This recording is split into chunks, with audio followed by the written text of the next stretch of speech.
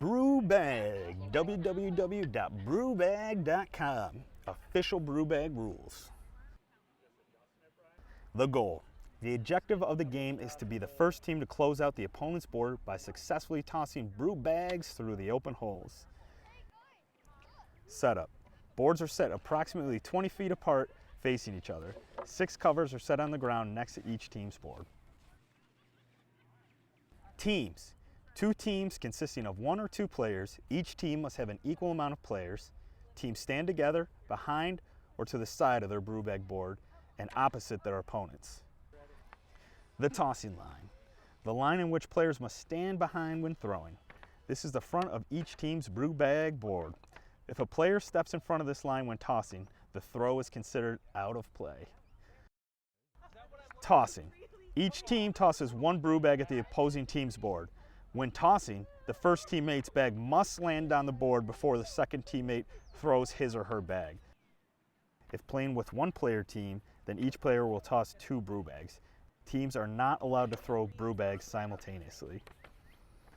Brew bags can be thrown in any fashion, but must land on the board first or go directly through a hole to be counted. Brew bags are considered sunk if they fall completely through any open hole. Anytime a bag hits the ground before touching the board, it is considered a dead bag.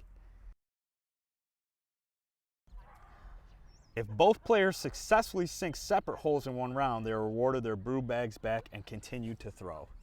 So basically, if each teammate sinks it through on their turn, you get the brew bags back. If both players successfully make the same hole in one round, it is now considered an instant win and the game is over. If a hole that was covered becomes uncovered because of the impact during a round and a brew bag goes through the hole, it is now considered an open hole and must be closed out again. Re-rack. Teams are allowed to ask for 1 re-rack per game in which they may realign the open holes in a more favorable position. This is only allowed to be done at the beginning of their team's round. Defending. Once a brew bag is sunk, the hole must be immediately covered. Defenders are not allowed to touch a board for any reason other than covering a hole that has been sunk or removing a bag that is considered out of play until the round is over. When the round is complete, the board must be adjusted if necessary before the next resetting the covers, realigning the boards, adjusting the legs, etc. Defenders are not allowed to directly interfere with a brew bag that is being thrown. However, they are allowed to distract the thrower by any means necessary, as long as no contact is made with the player, bag, or board.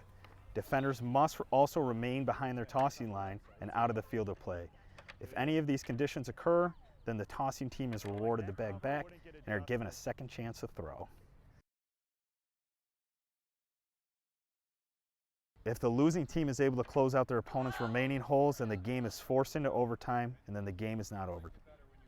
Overtime. Each team will remove the front 3 covers closest to the logo from their board. After the covers have been removed, the team who had closed out their opponent's board first will have the first turn in overtime. Redemption. Once the final hole has been sunk, the losing team is allowed a chance at redemption. This gives the losing team an opportunity to take the game to overtime by closing out their opponent's remaining holes within 1 round. If the losing team is able to close out their opponent's remaining holes, then the game is forced into overtime. If not, then the game is over. Winning. To win, you must close out every hole on your opponent's board. If this is achieved by both team members sinking 2 separate holes, then the game is over and there is no redemption.